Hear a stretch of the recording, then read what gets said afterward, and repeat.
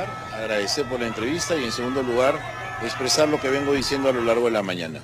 El Perú no se detiene y en esta oportunidad hemos demostrado los peruanos y en concreto los ciudadanos de Lima Metropolitana una conducta cívica muy buena. Fíjense, después de la declaratoria de emergencia en 14 distritos en Lima Metropolitana, estamos en condiciones de informar a esta hora que toda la ciudad está en calma. No ha habido ningún acto de vandalismo, no ha habido tampoco ningún acto en contra del patrimonio público-privado. Las unidades de transporte que han salido a trabajar han podido circular de una manera totalmente tranquila. Nuestra Policía Nacional y nuestras Fuerzas Armadas están resguardando toda la ciudad y por ello las garantías de que quienes todavía están a tiempo se movilicen a sus centros de trabajo e incluso decirles a las personas de los mercados que pueden abrir con toda tranquilidad y al transporte público que se vaya incorporando a sus rutas porque está plenamente garantizada la seguridad del tránsito. Pero lo que nosotros estamos reportando en las calles, nuestros equipos están desplegados en distintos puntos de la capital, es una situación distinta. Premier, hay muchas líneas de transporte público que no están circulando y las dificultades las están teniendo los ciudadanos, mercados que no han abierto, incluso también actos de vandalismo hemos visto que han reventado las llantas de algunos vehículos de transporte público. Mire usted, seguramente hemos visitado lugares diferentes porque yo estoy desde las 6 de la mañana también recorriendo la ciudad y no he encontrado en absoluto ninguna de las cosas que usted dice. Sí, por supuesto, 3 detenidos porque se pusieron a quemar llantas, hay otros santos en Ventanilla que se pusieron a tirar aletas de tiburón también y como usted lo ha mencionado, están detenidos. Y todo aquel que genere vandalismo, actos de desorden, será naturalmente capturado por la Policía Nacional y puesto a disposición de las autoridades correspondientes. Mire usted, la línea 1 del metro y la línea 2 del metro trabajan al 100%. El metropolitano en todas sus rutas está trabajando al 100%. Los corredores que alimentan el metropolitano los podemos ver, fíjese usted, si da la vuelta a la cámara puede ver cómo transitan con absoluta normalidad. Hay líneas de transporte formal que están trabajando también en una cantidad importante, no todas, pero muy importante. ¿Quiénes no han salido? Los informales. Los informales que estaban exigiendo que les reconozcamos rutas, los informales que estaban reconociendo que les anulemos papeletas y que prácticamente llegaron al Ejecutivo en plan de chantaje. Chantaje que por supuesto el Poder Ejecutivo no va a aceptar de ninguna manera. El resto de las personas están muy bien por medidas de precaución. La Dirección Regional de Educación de Lima y del Callao habían dispuesto que las clases de la educación básica sean virtuales. Varias universidades también han optado por la virtualidad. Y por lo demás, nosotros hemos dado tolerancia desde el Ministerio de Trabajo para que los profesionales tengan hasta una tolerancia de 4 horas para llegar a su trabajo. Todo esto lo estamos haciendo y, como ustedes pueden apreciar, poco a poco la situación se va regularizando. Claro, en línea de lo que había dicho ya antes el vocero de la presidenta de alguna acusación de politizar el paro de transportistas, ¿de dónde vendrían esas? Yo no lo dudo, el paro se ha politizado. Fíjese usted, desde los frentes informales en primer lugar, porque lo que era una justa reivindicación, por cierto, acá me permite usted referirme a ello. Recordará el paro del 26 de septiembre. El paro del 26 de septiembre se dio como consecuencia de los asesinatos que habían ocurrido días previos a los conductores y a los cobradores. Como consecuencia de esta situación, el gobierno asumió varios compromisos. Primer compromiso, declarar estado de emergencia y fue declarado en 14 distritos de Lima Metropolitana. Segundo, crear un grupo especial para que atienda extorsiones y ahí está Gorex funcionando perfectamente y con los primeros resultados. Después nos habíamos comprometido a crear la línea 111 y la línea ya está puesta en funcionamiento y a través del Canal N invito a todos los ciudadanos de cualquier gremio, los bodegueros, los transportistas, peluqueros, restaurantes que se sientan extorsionados, llamen a la línea 111. ¿A qué más nos comprometimos? Enviar el proyecto de ley sobre terrorismo urbano y lo hemos hecho. ¿A qué más nos hemos comprometido? A fortalecer la vigilancia entre los penales. Nos hemos reunido con los operadores telefónicos para bloquear, estamos realizando requisas en los penales y la señora presidenta ha anunciado una línea de hasta 3.000 millones de soles para precisamente la construcción y ampliación de penales. Todos los compromisos del Poder Ejecutivo vinculados al paro del 26 de septiembre, todos han sido cumplidos, pero aparecieron nuevas reclamaciones. Ya no de los transportistas oficiales, que dieron por satisfecha su reclamación con nuestros actos.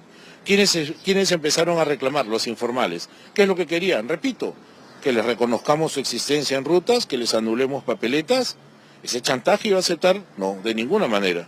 Pero luego han aparecido otras reivindicaciones de otros colectivos, además de los social, de los informales. Ahora pretenden de que nosotros nos hagamos responsables de la derogación de la ley de crimen organizado. Eso no está en manos del Poder Ejecutivo, eso está en manos del Congreso. Y el propio presidente del Congreso había anunciado que él iba a invitar a las bancadas para que reflexionen sobre el tema y eventualmente se modifique ese derogue. Pero hay otros grupos más que singularmente... Pero hay algunos otros grupos más que singularmente también se han unido a esta protesta en un acto que ya simplemente lo politiza, ya deja de ser una reclamación laboral gremial. ¿Quiénes están? La Coordinadora Nacional de Derechos Humanos. ¿Quién más está? ¿Está PRODE? ¿Quién más está? ¿Está el Partido Morado? ¿Quién más está? Está Grufides, están un montón de organismos que están muy distantes de la reclamación de los transportistas, que están muy distantes de la reclamación sobre extorsiones. Y eso, por supuesto, yo creo que ha conducido al gran fracaso de lo que hoy día estamos viendo respecto de su reivindicación política. Ha enumerado una serie de medidas que ha tomado el gobierno. ¿Cuándo estarían los resultados? ¿Cuándo reducirían las extorsiones? Pero fíjese usted, y esto también lo podemos aclarar, el colectivo de conductores y de cobradores, días antes del 26 sufrió 3 víctimas mortales, producto de la extorsión. A la fecha, no tenemos ninguna víctima fatal como consecuencia de la extorsión en el gremio de transportes. ¿Qué han hecho entonces estos extorsionadores? Ya no están atacando al gremio porque lo estamos protegiendo, ahora están migrando a otros gremios. Por eso nuestros bodegueros hoy ya están siendo afectados. Y aprovecho también al Canal N para felicitar la conducta democrática de los bodegueros que hoy día han abierto sus puertas, pero han puesto un crespón blanco en señal de protesta y por la paz. Premier, ¿fue un error desde el gobierno no observar esta ley de crimen organizado? No, de ninguna manera. Nosotros, como muchas otras normas, a veces dejamos que sea el propio Congreso de la República el que tome esas decisiones. Finalmente la iniciativa fue de ellos. Algo que también está siendo cuestionado es esta ley sobre terrorismo urbano. Incluso se habla de que se estaría vandalizando el terreno. Yo la verdad allí es que me he quedado muy preocupado. Primero porque fue un compromiso nuestro crearlo el tipo de terrorismo urbano. Mire, estamos presentando un proyecto de ley modificando el Código Penal para agravar las penas en el caso de sicariato y de extorsión. Y estamos creando el terrorismo urbano. Ahí ya empiezan a mover el tema, ¿no? Estamos terruqueando, estamos criminalizando la protesta social. Eso es mentira. Eso es mentira. Y quienes están diciendo eso están faltando a la verdad y lo saben. Lo que no vamos a permitir es que la protesta social sea una protesta social criminal. No vamos a permitir, como ya ocurrió en diciembre del 22 y enero del 23, que se bloqueen carreteras, que no se dejen pasar ambulancias, que los enfermos mueran en esas ambulancias. No vamos a permitir que quemen comisarías, que quemen locales del Poder Judicial, que quemen locales del Ministerio Público, que afecten al ornato público, al patrimonio privado. Eso no lo vamos a permitir. Y ahí estamos hablando de terrorismo urbano. Ese crimen no es una protesta social.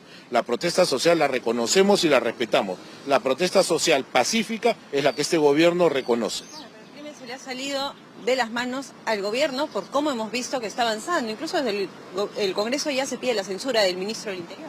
Bueno, nosotros a partir del ejercicio democrático y la separación de poderes respetaremos las decisiones que pueda tomar el Congreso de la República, pero eso no significa de que estemos en una situación en la que por cada situación tengamos que llevar a un ministro a ser interpelado.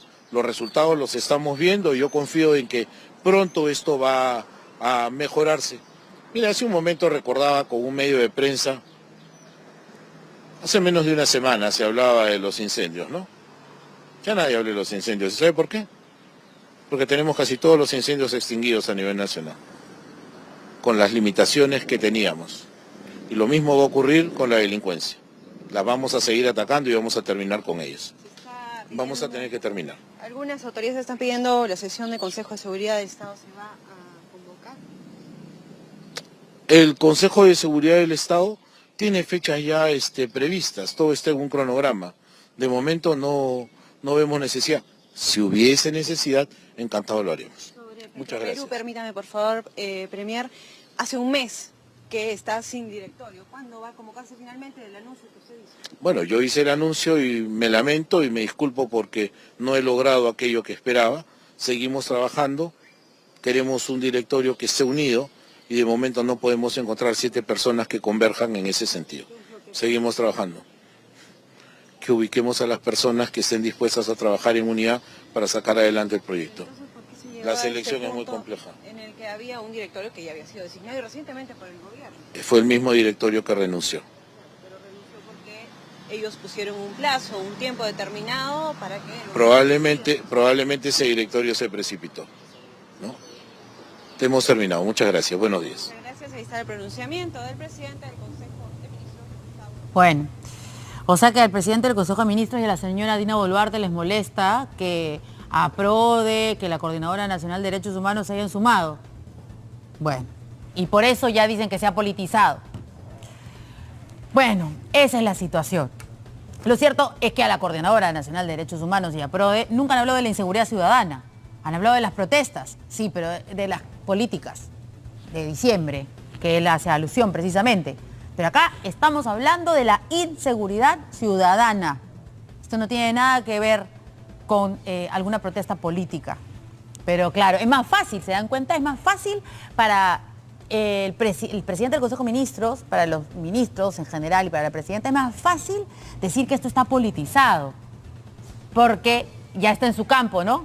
Y entonces apelan a sus aliados para ir en contra de esos otros grupos de derechos humanos. Pero eso es algo que no tiene nada que ver con esta situación. Nada que ver. Pero les es funcional, les es funcional politizar esta situación.